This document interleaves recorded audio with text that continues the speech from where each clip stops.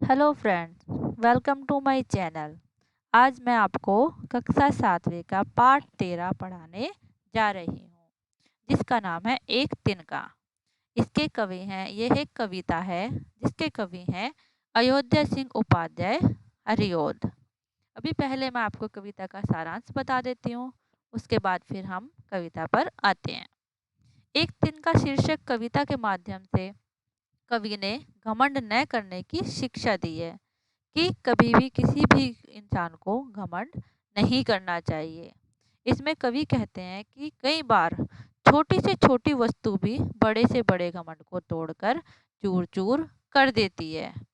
कवि अपनी ही एक घटना का जिक्र इस कविता के माध्यम से कर रहे हैं कि एक बार वह घमंड से भरे हुए अपनी छत पर खड़े हुए थे। तभी एकाएक एक तिनका हवा के साथ उनकी आंख में आकर गिर गया। आंख में तिनका पड़ते ही वह बेचैन हो उठे और उनकी आंख लाल हो गई और दर्द से दुखने लगी। कुछ लोग कपड़े से उनकी आंख में पड़ा हुआ तिनकों को निकालने लगे। उस जरा से तिनके से लेखक का सारा घमंड उड़ गया। यानी कि वो जिस अकड़ के साथ, जिस तनाव के साथ उस मुंडेर पर, उस छत के किनारे पर खड़े हुए थे, उस एक छोटे से तिनके ने उनका सारी अकड़ को ढीला कर दिया। उनके सारी अकड़ को, घमंड को चूर चूर कर दिया। ये इस कविता का सारांश है। हरिओद जी ने बहुत अच्छी कविता लिखी है, बहुत शिक्षा देने वाली कविता है। आइए अब मैं आपको कविता पर लेकर चलती हूँ। मैं घमंडों में भरा ऐठा हुआ, एक दिन जब था मुंडेरे पर खड़ा, आ अचानक दूर से उड़ता हुआ, एक दिन का आंख में मेरी पड़ा। घमंडो मतलब है यहाँ पर अभिमान से, ऐठा अकड़ा हुआ, तना हुआ, मुंडेरे छत का जो किनारा होता है उसे बोलते हैं मुंडेरे, तिनका सूखी घास का एक टुकड़ा। इस इस पंक्तियों में जो कि हमारी बसंत पाठ्य पुस्तक पुस्तक से ली गई है, कवि कहता है कि वह एक बार घमंड से भरकर अकड़ में बिल्कुल तने हुए अपनी छत के किनारे पर खड़े हुए थे। उसी समय अचानक तेज हवा चली। उस हवा के साथ उड़ता हुआ एक तिनका आकर उनकी आंख में गिर गया और पल भर में उस जरा सी निर्जीव वस्तु ने, जिसमें जान भी नहीं थी, जरा सा तिनका, मामूली सा एक छोटी सी वस्तु उनकी आंख में गिरते ही उनके सारे घमंड को, उनकी सारी अकड़ को चूर चूर कर दिया और वो तिलमिला उठे, अपनी आंख को रगड़ने लगे और उनकी सारी अकड़ ढीली पड़ गई। अर्थात जिस अकड़ के साथ वो खड़े हुए थे, उस नन्हे से छोटे से तिनके ने उसकी अकड़ को ढीला कर दिया। मैं झिझक उठा, हुआ बेचैन सा, लाल होकर आंख भी दुखने लगी, मूठ देने लोग कपड़े की लगे, ऐंठ बेचारी दबे पांव भागी।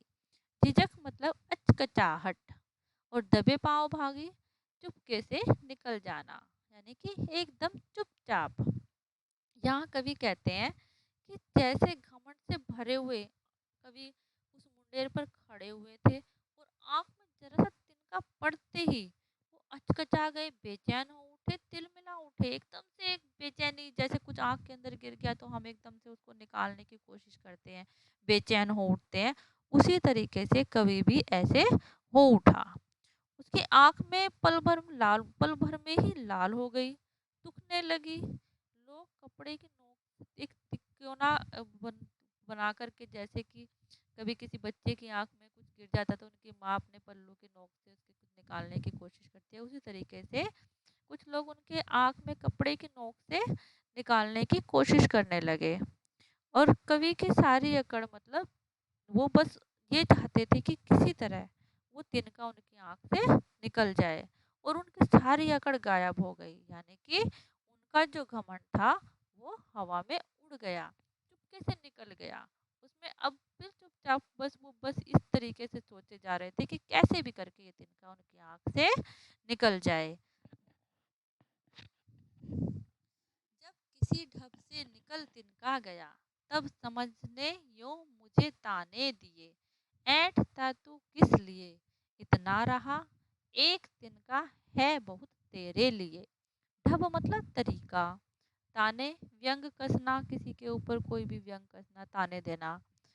और समझ मतलब अक्ल, बुद्धि।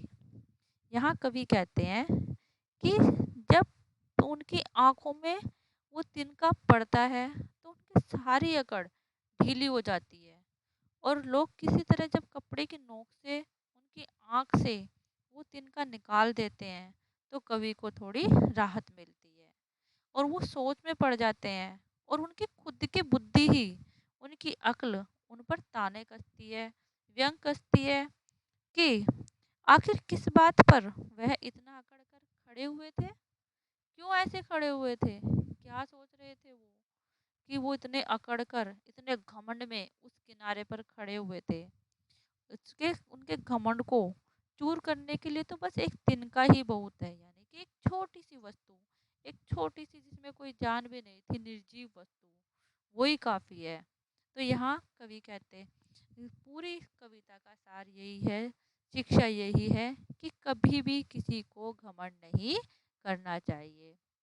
कभी भी बड़े से बड़ा घमंड भी कभी ना कभी चूर चूर हो जाता है। जैसे हाथी इतना बड़े शरीर वाला होता है, लेकिन उनके उसके घमंड को चूर चूर करने के लिए छोटी सी चींटी ही काफ़ी होती है। इसलिए कभी भी किसी को घमंड नहीं करना चाहिए। अब इसी के साथ ये वीडियो समाप्त होती है। वीडियो देखने के लिए धन्यवाद। अब बच्चों, मैं आपसे अगली वीडियो में मिलती हूँ। ध्यान से पढ़िए, स्वस्थ रहिए।